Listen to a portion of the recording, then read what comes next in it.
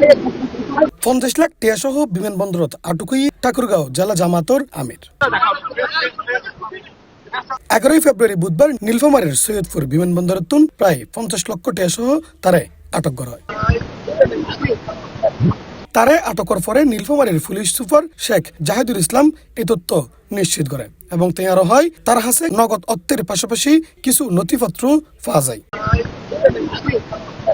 বিমানবন্দর কর্তৃপক্ষের পক্ষতুন জানা গিয়ে বুধবার সকাল 10:55 ইউএস বাংলা এয়ারলাইন্সের উগ্র অভ্যন্তরীণ ফ্লাইটত সৈয়দপুর যাই এই জামাত নেতা। তার লগে 50 লাখেরও বেশি টিয়া ছিল।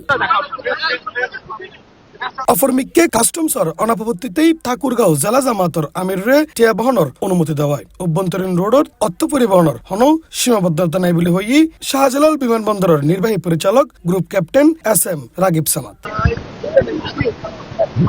তার আটকের বিষয় লইরে এর পরবর্তীতে বাংলাদেশ জামায়াত ইসলামীর কেন্দ্রীয় কমিটির পক্ষতুন উগ্র সংবাদ সম্মেলনেরও আয়োজন করা হয়। এডে বক্তব্য হয়, যেহেতু চলাফেরার জন্য এখন গাড়ি ঘোড়ার সীমিত চলাফেরা, বিভিন্ন ধরনের চেক করে বিভিন্ন ধরনের বিষয় আসে এখানে, তিনি মনে করেছেন যে আমার জন্য এটা সেফ, এটা করতেই পারি, আমি আমার ক্যাশ বহন করব, সেটা প্লেনে না ট্রেনে না হেলিকপ্টারে, এটা তার রাইট আছে। তার তিনি তো কোনো অন্যায় তিনি করেন নাই, কোনো ক্রিমিনাল অফেন্স না।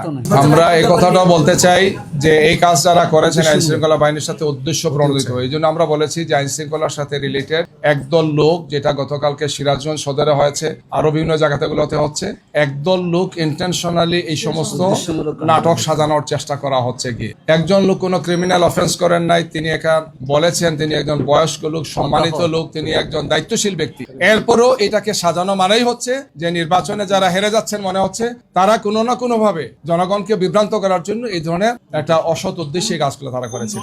সবার কাছে দৃশ্যমান, সবার কাছে আকালমন্দ কে ইশারায় কাফি, আপনারা বুঝতে পারতেছেন কারা এই কাজগুলো করছেন।